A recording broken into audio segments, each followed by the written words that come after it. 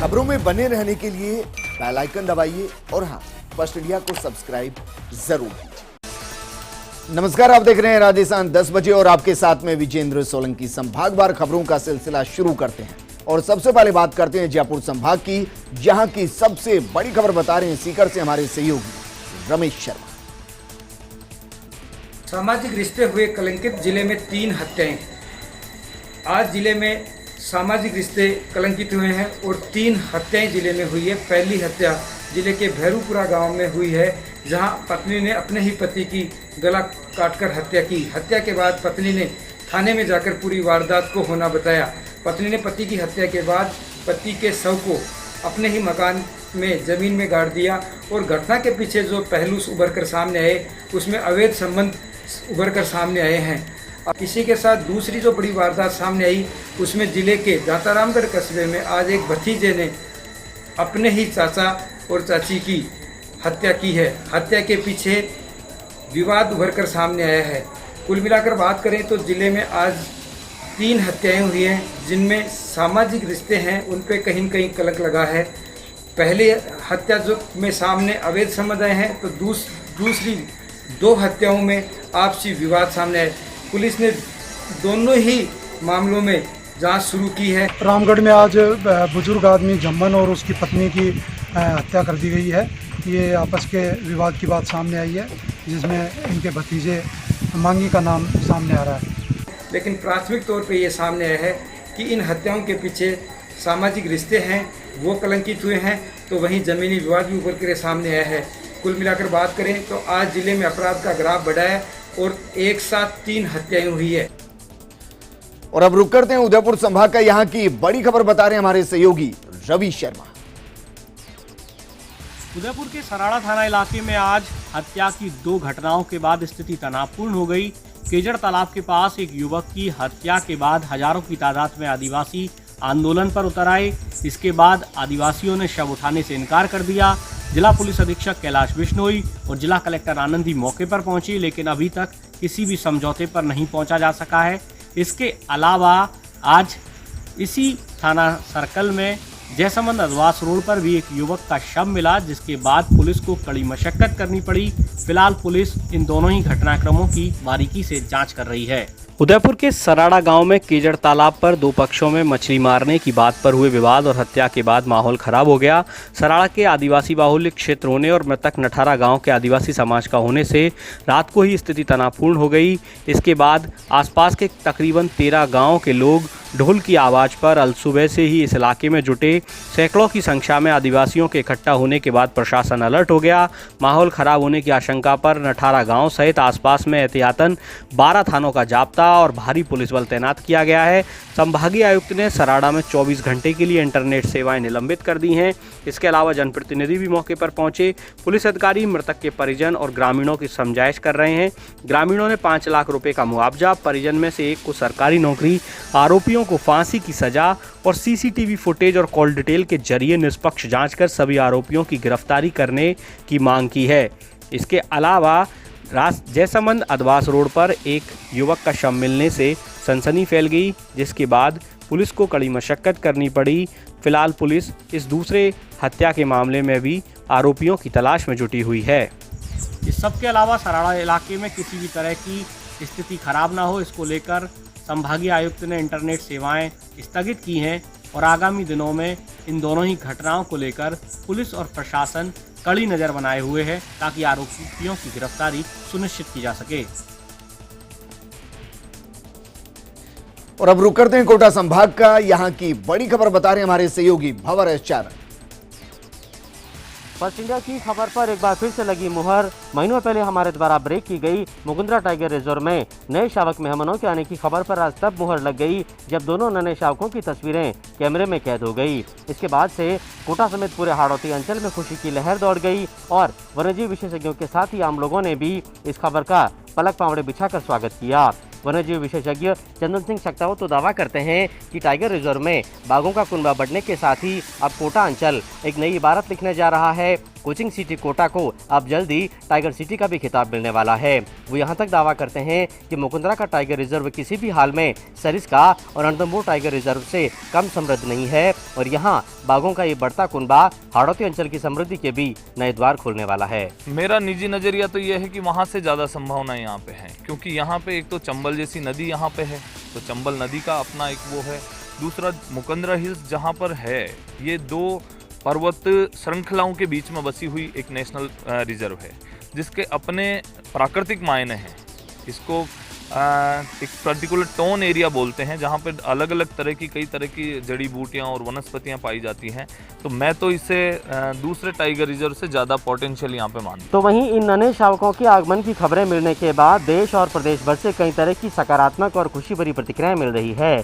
खुद सूबे के सीएम अशोक गहलोत ने नन्हे शावकों की तस्वीरों को अपने ट्विटर हैंडल से ट्वीट किया है और साथ में खुशी जताते हुए लोगों से अपील की है कि लोग वनों और वन्यजीवों के संरक्षण के लिए आगे आएं। तो वहीं कोटा में पर्यटन विकास के लिए महा मिशन के एजेंडे पर काम कर रहे विदेश मंत्री शांति धारीवाल भी कोटा में मुकुंदरा टाइगर रिजर्व में नन्हे शावकों के आगमन की खबर सुनने के बाद खासे गदगद हैं। धारीवाल ने उम्मीद जताई है कि अब कोटा में जल्द ही पर्यटन के शिकारे भी तैरेंगे और साथ में चंबल की वादियों में वो क्रांतिकारी परिवर्तन आएगा और टूरिज्म बूम देखने को मिलेगा, जो कि कोटा जिसकी योग्यता रखता है लेकिन जिससे कोटा एक लंबे अरसे से महरूम है। तो वहीं लोकसभा स्पीकर ओम बिरला ने भी MT2 के शावकों की तस्वीरें देखने के बाद ट्वीट किया है और अपनी खुशी का इजहार किया है। और अब रुक करते हैं भरतपुर संभाग का यहाँ की बड़ी खबर बता रहे हैं हमारे सहयोगी दीपक लवानिया। हम आपको बता दें कि कर्फ्यू के दौरान दवाई की दुकानें, hospital, petrol pump, gas agency खोलने की छूट दी गई है। तो वहीं दूध की दुकानें 2 घंटे सुबह और 2 घंटे शाम को खोली जाएंगी। साथ ही शराब की दुकानें खोलने पर पूरी तरह से प्रतिबंध लगा दिया है। भरतपुर शहर इन दिनों कोरोना का हॉट स्पॉट बन गया है और अभी तक जिले में 361 कोरोना संक्रमित मामले सामने आ चुके हैं और इनकी संख्या लगातार बढ़ती ही जा रही है। RBM अस्पताल में भी अब कोरोना की जांच कराने के लिए लोगों की भीड़ जमा होने लगी है। बात करें भरतपुर शहर की, तो शहर की आनंद नगर कॉलोनी, नदिया मोहल्ला, नमक कटरा, गोपालगढ़ आदि इलाके हॉट स्पॉट बने हुए हैं और यहाँ कोरोना संक्रमित मरीजों की संख्या लगातार बढ़ रही है। भरतपुर शहर जब कोरोना का हॉट स्पॉट बन गया है तो जिला प्रशासन ने पिछले दिनों पूरे नगर निगम क्षेत्र में कर्फ्यू लगाने की घोषणा की थी। लेकिन बात करें शहर के बाजारों की, तो जिस तरह का नज़ारा बाजारों में नज़र आता है उसे देखकर कहीं भी नहीं लगता कि शहर में कर्फ्यू भी लगा हुआ है। आज फर्स्ट इंडिया न्यूज़ ने शहर के नज़ारे से संबंधित खबर जब प्रसारित की तो जिला प्रशासन हरकत में आया और अब कर्फ्यू की सख्ती के साथ पालना कराने के निर्देश जिला कलेक्टर ने दिए हैं। आज तारीख 2 जून को सुबह 8 बजे से अभी तक लगभग 45 केस आ चुके हैं, जिसमें से 40 केस हम क्वारंटाइन किए हैं और लगभग 3 केस हॉस्पिटल के हैं और 2 लगभग होटल के हैं और इन सभी का टेस्ट किया जा रहा है। भरतपुर में फर्स्ट इंडिया न्यूज़ की खबर का एक बार फिर से असर हुआ है और कोरोना हॉट स्पॉट बने भरतपुर शहर में अब जिला प्रशासन कड़ाई के साथ कर्फ्यू की पालना कराएगा। और अब रुक करते हैं बीकानेर संभाग का, यहां की बड़ी खबर बता रहे हैं हमारे सहयोगी लक्ष्मण राघव। बीकानेर के नोखा में 2 बच्चे कोरोना पॉजिटिव मिले हैं। दरअसल ये बच्चे दिल्ली से लौटे थे। इनके माता पिता पहले ही कोरोना पॉजिटिव आ चुके हैं। CMHO डॉक्टर BL मीणा ने जानकारी देते हुए बताया अब तक 108 कोरोना पॉजिटिव बीकानेर में मिल चुके हैं। तो इधर धीरे धीरे रेल पटरी पर लौट रही है। जी हाँ, आज बीकानेर से दिल्ली के लिए स्पेशल यात्री ट्रेन की शुरुआत की गई। इस ट्रेन में 73 लोगों ने रिजर्वेशन कराया था, लेकिन 63 यात्री ही सवार होकर गए। इस दौरान रेलवे स्टेशन पर कोरोना के लिए जो गाइडलाइन जारी की गई है उसके अनुसार तमाम व्यवस्थाएं दिखाई दी। यहाँ स्क्रीनिंग की जा रही थी तो साथ ही साथ सैनिटाइज भी किया जा रहा था। कुल मिलाकर कह सकते हैं कि अब धीरे धीरे ज़िंदगी की गाड़ी पटरी पर लौटे, इसके लिए तमाम प्रयास किए जा रहे हैं। अनलॉक 1 के तहत भी बाज़ारों में भी अब रौनक दिखने लगी है। और अब रुक करते हैं अजमेर संभाग का, यहां की बड़ी खबर बता रहे हैं हमारे सहयोगी कौशल जैन। कोरोना के साथ भी अब जीवन पकड़ने लगा है रफ्तार। रोडवेज बसों के पहिए घूमेंगे कल से सड़कों पर, तो वहीं अस्पतालों में लगातार चिकित्सक दे रहे हैं कोरोना को मात। कोरोना के साथ जीवन अब लोगों के समझ में आने लगा है और सरकार भी जीवन को अब सामान्य बनाने के लिए राहत दे रही है। ऐसे में रोडवेज बसों के संचालन का ऐलान साबित कर रहा है कि राजस्थान जीतेगा, कोरोना हारेगा। कल से अजमेर रोडवेज बस स्टैंड पर भी पहियों के घूमना शुरू हो जाएगा। हालांकि अभी यह जिले की सीमा में ही रहेगा, लेकिन इससे जनजीवन को राहत मिलेगी। कोरोना से जंग के बीच होने वाले ऐसे संचालन को लेकर चीफ मैनेजर अनिल पारीक ने बताया कि सभी सावधानियों के साथ यात्रियों को बस में प्रवेश दिया जाएगा। तो वहीं दूसरी ओर संभाग के जिले भीलवाड़ा, टोंक और नागौर में भी जनजीवन पटरी पर आने लगा है। कोरोना के रोगी सामने आ रहे हैं, तो वहीं चिकित्सक भी लगातार कोरोना को मात दे रहे हैं। यूं तो अजमेर संभाग में जनजीवन अब आने लगा है पटरी पर, लगातार बन रही हैं अब व्यवस्थाएं, तो वहीं जरूरी है अभी भी कोरोना से सावधानी। और अब रुक करते हैं जोधपुर संभाग का, यहाँ की बड़ी खबर बता रहे हैं हमारे सहयोगी राजीव को। राजस्थान प्रदेश कांग्रेस कमेटी के महासचिव और राजस्थान क्रिकेट एसोसिएशन के अध्यक्ष वैभव गहलोत के जन्मदिवस पर जोधपुर में विभिन्न कार्यक्रमों का आयोजन किया गया।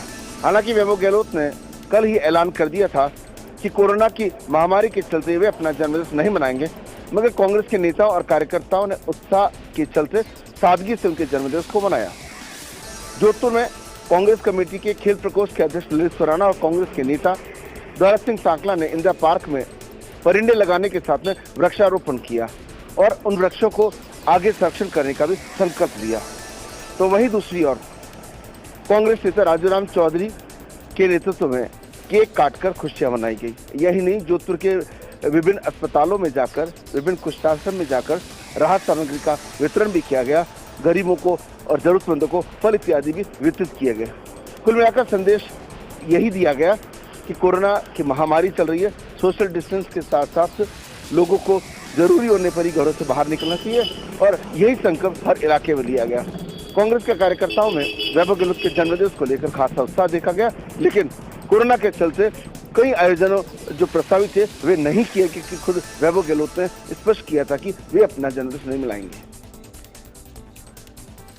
चलिए, आप सभी का बहुत बहुत शुक्रिया अपने अपने संभाग से जुड़ी बड़ी खबरों से अपडेट कराने के लिए। वहीं